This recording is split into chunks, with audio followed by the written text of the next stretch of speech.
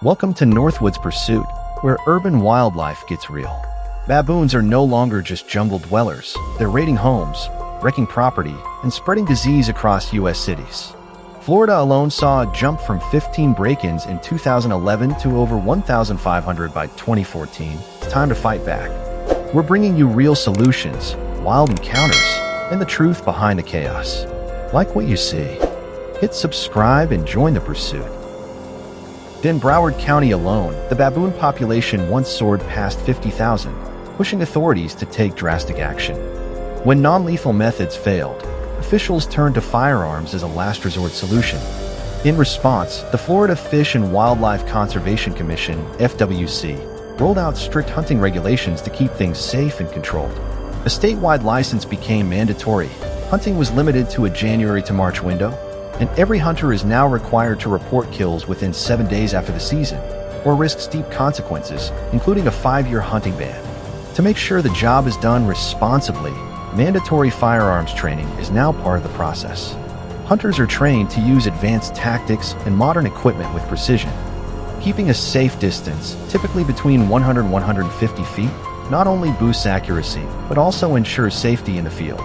One standout tool has been the M3 impact gun, valued for its speed and reliability in close to mid-range encounters. Thanks to these efforts, Florida has seen a dramatic drop in baboon numbers, from 50,000 down to just 10,000. These focused efforts aren't just about protecting homes.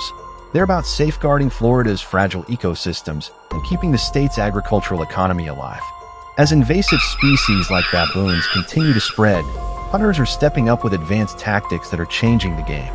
From high-tech camouflage to carefully coordinated teams, today's wildlife control is smarter, safer, and more effective than ever. Teams of 3 or more work together to cover more ground while maintaining safety and precision. Fruit bait is placed in key spots to draw baboons into the open, giving hunters a clear, ethical shot. Thanks to cutting-edge gear like high-precision scopes with zoom and tilt features, even tough conditions don't stand in the way. It's this blend of strategy, teamwork, and tech that's making a real impact on the front lines of Florida's wildlife crisis. To keep both people and native wildlife safe, Florida has banned night hunting under strict regulations.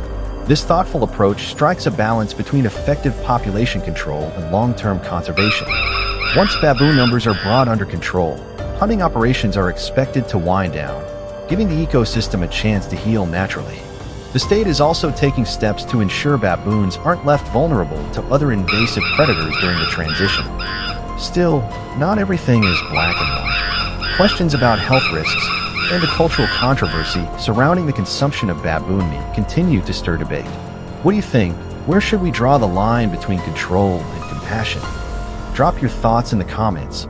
And if you're passionate about wildlife, don't forget to hit that subscribe button to follow the mission.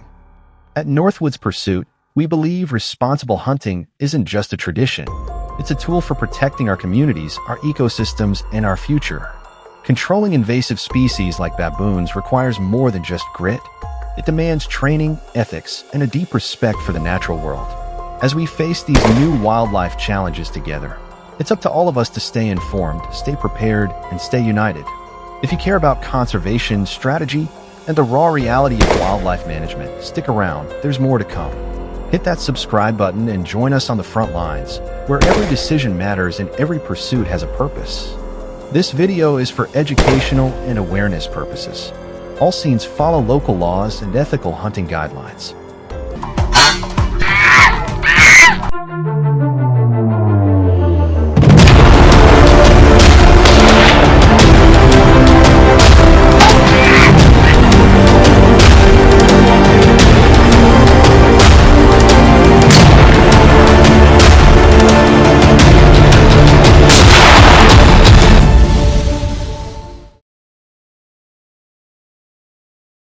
Welcome to the channel where we dig deep into the battle against invasive species, right here in the US and around the globe. Imagine this: farmers, scientists, and wildlife pros joining forces, using smart technology and targeted strategies to defend our land. These aren't just backyard pests, we're talking about species that cause billions in agricultural damage every year. In 2022 alone, more than 20,000 invasive animals were responsibly removed to help protect our crops, our ecosystems, and the livelihoods of rural communities. Stick around as we break down the latest innovations in wildlife management, tackle tough questions. Across several urban areas, rival gangs of macaques are making headlines, and not in a good way. These bold invaders aren't just stealing food, they're clashing with locals and even launching attacks on unsuspecting pedestrians. Their rise traces back to the 1970s, when massive deforestation forced wildlife into closer contact with humans. That disruption sparked a macaque population explosion that's been rattling city life and draining local resources ever since. Now, communities on the front lines, especially those near urban forests, are stepping up. They're launching focused wildlife management efforts to protect residents, safeguard agriculture, and restore a healthier balance between nature and the neighborhoods it's creeping into. It's not just about keeping monkeys out of trash bins, it's about preserving harmony between people and the wild world around them. To manage the surge of invasive monkeys, experienced wildlife trackers have turned to stealth and strategy. They bait the landscape with irresistible treats, ripe bananas, crisp apples, carefully positioned to draw the animals in. Then, hidden in camouflage blinds that blend into the terrain, they wait silently. When the troops approach, hunters use quiet weapons like bows and arrows, avoiding loud noises that might startle the group or escalate chaos. This low-impact method isn't just about efficiency, it's about respect. Every step is designed to minimize stress on the animals while protecting the balance of local ecosystems. Still, even with skill and precision, the job is no walk in the park. A typical hunter may only capture 2 or 3 monkeys a day, while the most seasoned can manage 5 or 6. These aren't small creatures either. Adult macaques can grow nearly 3 feet tall and weigh up to 50 pounds. Tracking and capturing them takes serious strength, patience, and a deep commitment to humane wildlife management. Deep in the forests, skilled marksmen take a calculated approach to managing invasive monkey populations. Armed with bolt-action rifles, most commonly chambered in .223 or .243, they rely on patience, precision, and a deep understanding of animal behavior. From hidden vantage points, they scan the canopy, listening closely for the distinct calls of monkey troops before taking aim. Shooting from a controlled distance of 100 to 200 yards, they work to limit their impact on the surrounding environment. But it's not just about marksmanship, it's about ethics. These hunters follow strict guidelines to ensure humane outcomes, aiming for vital zones like the head or neck for a swift, clean kill. They target only fully mature monkeys, carefully avoiding pregnant females and younger animals to support ecological balance and biodiversity. It's a method rooted in both discipline and respect, one that blends precision with a long-term vision for the health of our forests. This careful, disciplined strategy is more than just population control. It's a commitment to animal welfare and responsible land stewardship. By blending modern techniques with deep respect for nature, hunters play a key role in preserving the balance of ecosystems that future generations depend on. That's why ethical hunting practices matter more than ever. It's not just about removing a threat, it's about doing so with care, integrity, and a long-term commitment to conservation. Responsible hunters and wildlife managers are stepping up as stewards of the land, using skill and restraint to protect our communities, our ecosystems, and the delicate balance that holds it all together. If you're passionate about preserving wild spaces and learning how modern conservation works in the real world, don't miss what's coming next.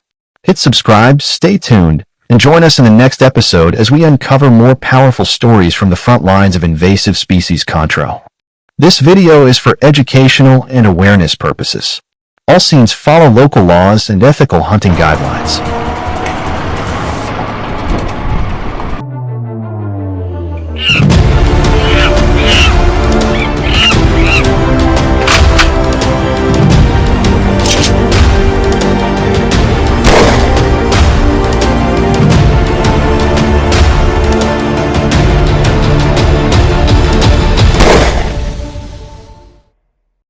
Hey folks, welcome to Northwoods Pursuit, where we track the unexpected wild stories unfolding in today's America. Believe it or not, one of the most surprising threats creeping into our cities isn't a coyote or a black bear, it's baboons. That's right. In 2024, the USDA reported over 1,000 incidents of these clever primates breaking into homes in search of food. What used to be an odd sighting is now a growing crisis. Are our traditional wildlife control methods enough? Or are we overdue for something smarter, tougher, and more adaptive? Today, we're diving into the heart of the issue, exploring how communities are standing up, fighting back, and finding new ways to reclaim their peace of mind. Stick around and drop a comment below. We'd love to hear your take and might even feature it in our next episode.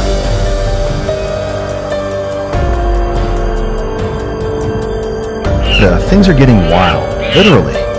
What started a few years ago with just a dozen or so curious baboon break-ins has exploded into over 1,500 cases reported in 2024.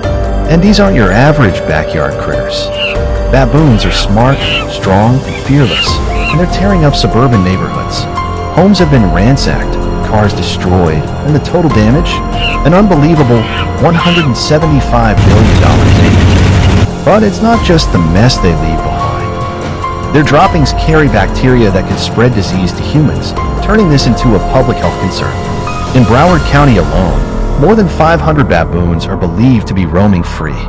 With traps and fences failing, some communities are going to extreme lengths, yes, even arming themselves, just to protect their homes and families. In response to the escalating baboon crisis, the Florida Fish and Wildlife Conservation Commission, FWC, has tightened the reins with strict new regulations. Anyone hoping to hunt these invasive primates must now obtain a statewide license and stick to a designated hunting season running from January through March. But this is an open season. It's a carefully controlled operation. Each hunter is required to report any baboon taken within 7 days. No excuses. Miss that window, and you could face serious consequences, including a 5-year suspension from all hunting activities in Florida.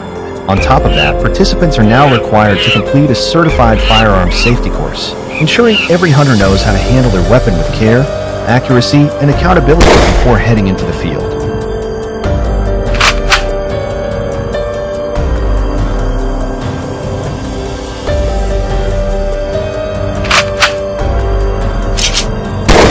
As the baboon population surged, Florida's hunters had to adapt fast, bringing smarter strategies and more advanced gear into play.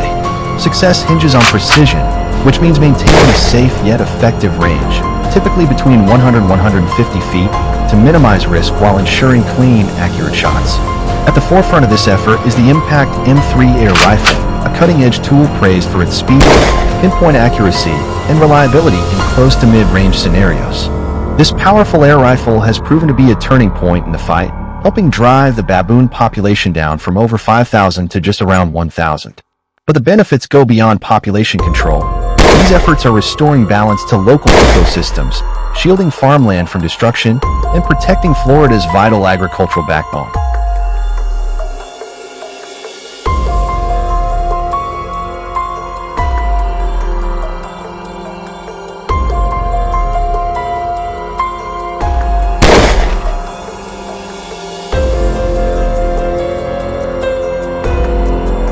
Controlling invasive species like baboons today isn't just about pulling the trigger. It's about thinking smarter, moving quieter, and working as a unit. Modern hunters are stepping up their game with high-tech camouflage that blends seamlessly into Florida's wild landscape, making it nearly impossible for these sharp-eyed primates to detect them. Bait traps, especially fruit-based lures, are strategically placed to draw baboons into more visible, controlled spaces where shots can be taken safely and cleanly. But the real game changer, teamwork. Hunters now operate in coordinated squads of 3 or more, using radios and hand signals to communicate, cover more ground, and keep everyone safe.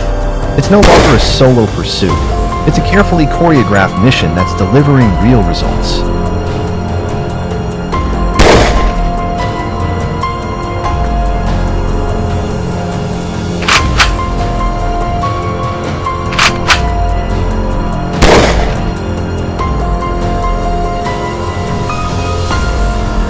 Technology is playing a critical role in turning the tide against Florida's baboon surge. Today's hunters rely on precision optics, scopes with adjustable zoom, tilt, and even thermal features to lock onto targets in dense brush or under unpredictable weather. But it's not just about the gear, it's about how it's used. Strict regulations are in place to ban nighttime hunting, helping protect other species and reduce the risk to nearby communities. This isn't about wiping baboons off the map. It's about restoring balance. Once the population is under control, the goal is to scale back hunting operations and let the ecosystem recover naturally. At the same time, wildlife officials are taking steps to make sure baboons don't fall victim to other invasive predators, keeping Florida's fragile environment in check for the long haul.